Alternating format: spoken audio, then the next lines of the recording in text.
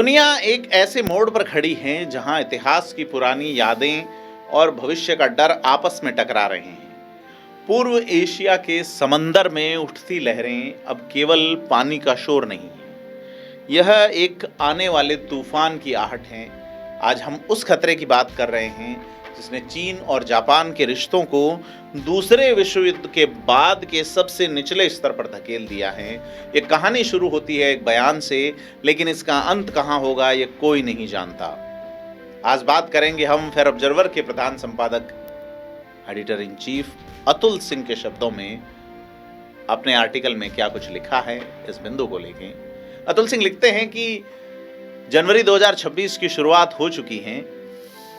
Japan की संसद में गूंजते शब्द बीजिंग तक आग की तरह पहुंच रहे हैं। जापानी प्रधानमंत्री सनाए ताकाइची ने यह कह दिया है जिसे अब तक जापानी राजनयिक दबी जुबान में कहते थे।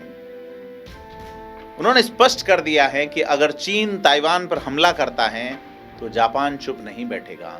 ताकाइची के अनुसार ताइवान पर हमला जापान के अस्तित्व के लिए खतरा माना जाएगा। ये केवल एक राजनीतिक बयान नहीं है, ये जापान की उस पुरानी नीति का अंत है जिसमें उसने खुद को युद्ध से दूर रखने की बात कही। जापान अब सामूहिक आत्मरक्षा के अधिकार की बात कर रहा है। इसका सीधा मतलब है कि अगर ताइवान पर आंच आई तो जापानी सेना युद्ध के मैदान में उतर सकती है। और बीजिंग के लिए ये बात किसी युद्ध की घोषणा से कम नहीं है। चीन ने भी इस पर अपनी पूरी ताकत से प्रतिक्रिया दी है। राजनयिक दबाव से लेकर आर्थिक घेराबंदी और सैन्य शक्ति का प्रदर्शन, चीन अब जापान को घुटनों पर लाने के लिए हर पैंतरे का इस्तेमाल कर रहा है। और इतिहास की काली छाया इस पूरे संकट को और अधिक भयावह बना रही है। चीन आज भी उन घावों को नहीं भूला है जो जापान ने सदियों पहले उसे दिए। 7 नवंबर को जब ताकाइची ने संसद में ताइवान का जिक्र किया तो बीजिंग में हलचल मची। चीन की कम्युनिस्ट पार्टी ने तुरंत जापान को अपने युद्ध अपराधों के लिए पश्चाताप करने की सलाह दे डाली। उन्होंने कहा कि जापान ताइवान के मुद्दे पर आग से खेल रहा है। और बीते 2 सालों से चीन और जापान के रिश्ते लगातार खराब हो रहे थे, लेकिन अब यह दुश्मनी एक और तथा एक नए खतरनाक दौर में पहुंच गई है। चीन ने जापान के खिलाफ एक वैश्विक राजनयिक अभियान शुरू कर दिया है। वह दुनिया भर में जापान को एक हमलावर देश के रूप में पेश कर रहा है और चीनी प्रोपेगेंडा मशीनरी सनाए ताकाइची को एक अनुभवहीन और गैर जिम्मेदार नेता बता रही है। और सीधे तौर पे चीन का ये मशीनरी है जो नैरेटिव बिल्ड करती है, उसका मकसद है ताकाइची की जो अंतर्राष्ट्रीय प्रतिष्ठा है उसको नुकसान पहुंचाना और जापान के भीतर उनकी पकड़ को कमजोर करना। तो हाल ही में ओसाका में एक चीनी राजनयिक ने सोशल मीडिया पर एक विवादित पोस्ट लिखी जिसे बाद में हटा दिया गया। उस पोस्ट में लिखा था कि जो गंदी गर्दन बाहर निकलेगी उसे काट दिया जाएगा। ये सीधा इशारा प्रधानमंत्री ताकाइची की तरफ था। चीन के विदेश मंत्री वांग यी ने तो यहाँ तक कह दिया कि जापान ने लक्ष्मण रेखा पार कर ली है। उन्होंने दुनिया भर के कई देशों से अपील की है कि वे जापानी सैन्यवाद के पुनरुत्थान को रोकें। लेकिन क्या जापान वाकई आक्रामक हो रहा है या वह केवल अपनी रक्षा कर रहा है? अमेरिका के पूर्व खुफिया अधिकारी, CIA के अधिकारी ग्लेन कार्ल, जो हमारे सह लेखक हैं, उनका मानना है कि चीन का गुस्सा केवल एक दिखावा है।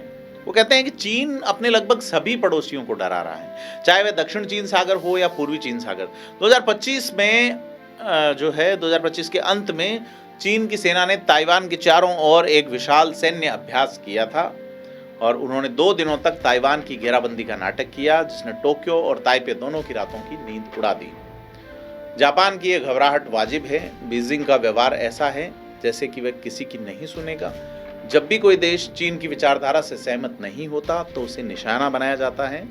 ग्लेन गार्ड कहते हैं कि चीन द्वारा इतिहास का सहारा लेना केवल एक चाल है ताकि वह अपने घरेलू मुद्दों से ध्यान भटका सके। यह वैसा ही है जैसे किसी डरे हुए व्यक्ति को जिम जाने पर धमकाया जाए ताकि वह भविष्य में भी और कमजोर बना रहे। तो अतुल सिंह लिखते हैं कि चीन ने अब संयुक्त राष्ट्र को भी इस विवाद में खींच लिया है। जापान की आलोचना करते हुए 2 पत्र भेजे गए हैं। बीजिंग ने रूस और उत्तर कोरिया को भी अपने साथ मिला लिया है ताकि वे भी जापान की निंदा करें। इसके अलावा चीन अब दक्षिण कोरिया के साथ जापान के द्वीपीय विवाद को भी हवा दे रहा है। विश्लेषक कहते हैं कि बीजिंग ने वॉशिंगटन के साथ कुछ गुप्त समझौते किए हैं। यही वजह है कि व्हाइट हाउस से ताकाइची के समर्थन में कोई बहुत कड़ा बयान नहीं आया है। अमेरिकी विदेश मंत्री मार्को रूबियो एक कठिन संतुलन बनाने की कोशिश कर रहे हैं। रूबियो कहते हैं कि अमेरिका जापान की सुरक्षा के लिए प्रतिबद्ध है, लेकिन वह चीन के साथ काम करने के रास्ते भी तलाशेगा। टोक्यो के लिए आश्वासन काफी नहीं है। टोक्यो को डर है कि संकट की घड़ी में शायद वे अकेले पड़ जाएं। और तनाव अब केवल कूटनीति तक सीमित नहीं है। चीन ने जापान की अर्थव्यवस्था की कमर तोड़ने की तैयारी कर ली है। चीनी नागरिकों को जापान नहीं जाने की सलाह दी गई है। और बीते कुछ सालों में जापानी इकोनॉमी को चीनी टूरिस्ट से बहुत सहारा मिला था, लेकिन अब वहां के होटलों और बाजारों में सन्नाटा है। जापानी उत्पादों और सेवाओं की बिक्री बुरी तरह गिरी है। बीते साल जापान आने वाले पर्यटकों में 28% हिस्सा चीन और हांगकांग का था, लेकिन अब वे गायब है। एजुकेशन का सेक्टर भी अछूता नहीं है। जापान के निजी बोर्डिंग स्कूलों और विश्वविद्यालयों में चीनी छात्र बड़ी संख्या में आते थे।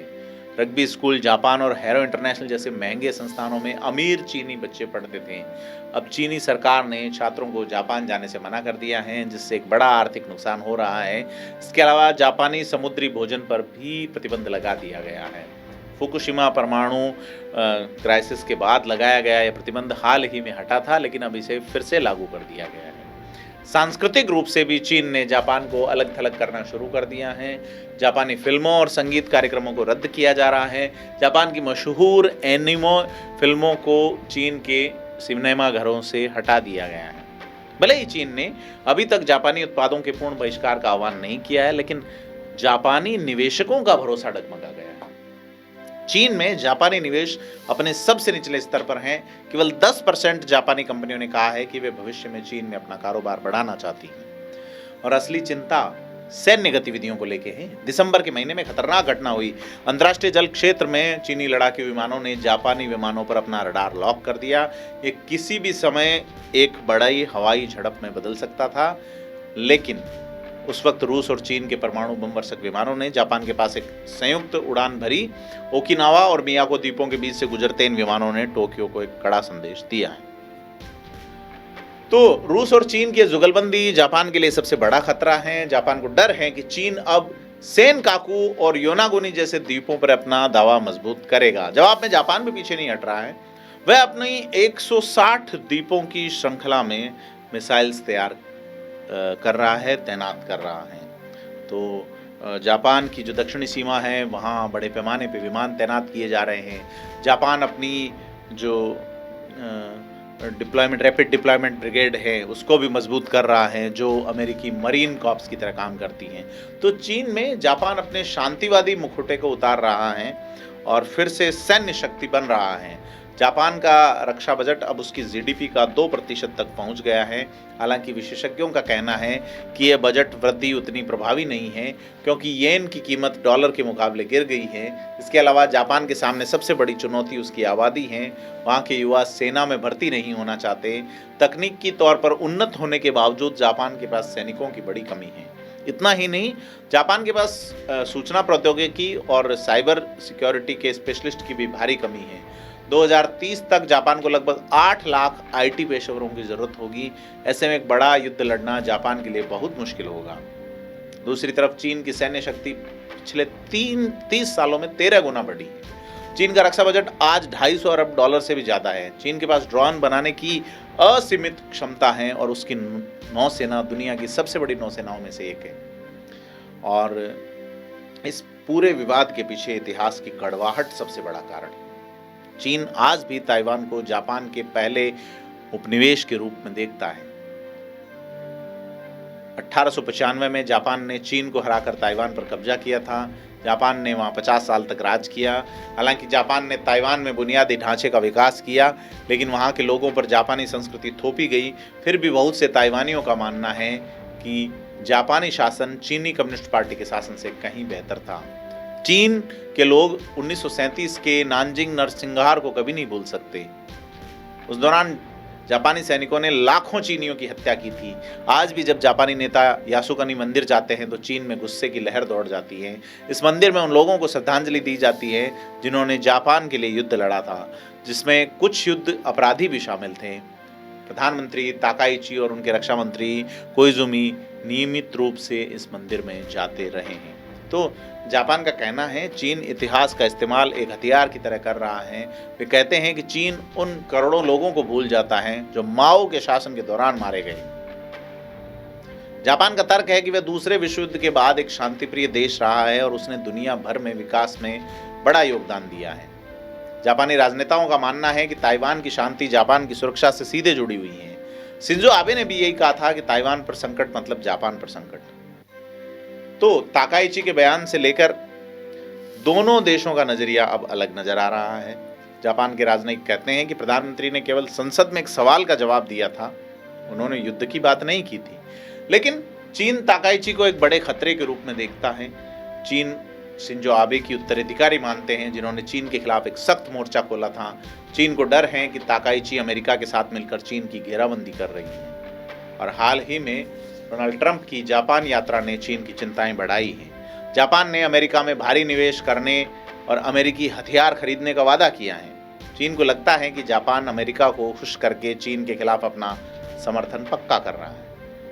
तो आज पूर्व एशिया एक ऐसे मोड़ पर है जहां एक छोटी सी गलती पूरी दुनिया के लिए विनाशकारी साबित हो सकती है। चीन और जापान दोनों ही एक संभावित युद्ध की तैयारी कर रहे हैं।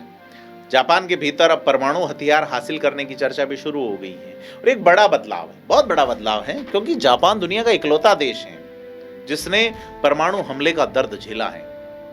लेकिन आज के हालात पर उन्हें अपनी सुरक्षा के लिए कड़े फैसले लेने पर मजबूर होना पड़ रहा है। जापान को दी गई एक सलाह आज बहुत चर्चा में है कि अमेरिका को जितना हो सके करीब रखो, लेकिन अंत में खुद पर भरोसा रखो, केवल खुद पर भरोसा रखो। तो पूर्वी एशिया का यह तनाव अब केवल दो देशों की लड़ाई भर नहीं है, यह दुनिया की सबसे बड़ी ताकतों और दो अलग विचारधाराओं के बीच का संघर्ष है। चीन ताइवान को अपनी संप्रभुता का हिस्सा मानता है, जबकि जापान उसे एक स्वतंत्र लोकतंत्र के रूप में देखता है। चीन में जो है वो चीन की जिस तरह से समुद्र में आक्रामकता बढ़ रही है और जापान की सैन्य तैयारी की जो प्रक्रिया है वो अब एक ऐसे दौर में है जिसे रोक पाना मुश्किल है। तो क्या बातचीत के जरिए संकट का समाधान निकल सकता है या इतिहास खुद को दोहराएगा? क्या सानाए ताकाइची जापान को एक नई राह पर ले जाएंगी या फिर वह रास्ता जिस पे वो ले जाएंगी वह किसी तबाही की ओर जा रहा है? इन सवालों के जवाब आने वाले कुछ समय में मिलेंगे। लेकिन एक बात साफ है कि पूर्वी एशिया की शांति अब कांच की तरह नाजुक हो चुकी है। चीन के लोग अपनी देशभक्ति और राष्ट्रवादी भावनाओं से भरे हुए हैं, जबकि जापान अपनी सुरक्षा और अस्तित्व को लेकर चिंतित हैं। जब भावनाएं और सुरक्षा आपस में टकराती हैं तो तर्क पीछे छूट जाते हैं। आने वाला समय पूर्व एशिया और पूरी दुनिया के लिए एक बड़ी परीक्षा होने वाला है। हमें समझना होगा कि युद्ध कभी किसी समस्या का समाधान नहीं होगा, लेकिन जब सम्मान और अस्तित्व की बात आती है तो इतिहास गवाह है कि इंसान युद्ध को ही अंतिम रास्ता मान लेता है। और आज की स्थिति हमें याद दिलाती है कि शांति कितनी अनमोल है और इसे बनाए रखने के लिए कितनी मेहनत करनी पड़ती है।